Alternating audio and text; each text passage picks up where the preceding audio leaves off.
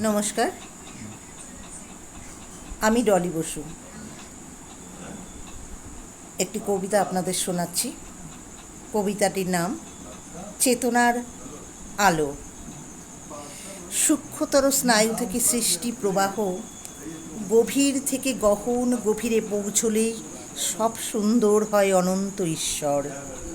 যার ঐশীতে কাটে তমসাচ্ছন্ন রাত্রি, জাগরিত হয় হাজার বছরের নিদ্রা। গভীর মনোসংযোগে আনে ভাবের প্রকাশ। কেউ বলে পাগলামি, কেউ বলে ভণ্ড। স্থূল স্নায়ুতে ওরা অহংকে প্রতিষ্ঠা করে ঘিন্ন প্রাচীন মূর্খতা নিয়ে ওরা অন্তঃসার শূন্য হয়ে বিসর্জিত করেছে বিবেক।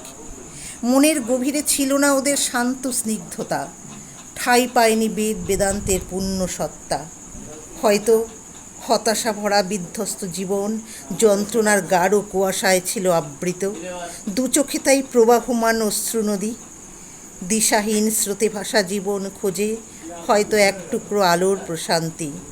তাদের চেতনা ফিরিয়ে দাও প্রভু, ওরা সূচিত হোক নিত্য শুদ্ধতায়, বেঁচে থাকুক আদর্শ মনুষ্যত্ব নিয়ে। নমস্কার।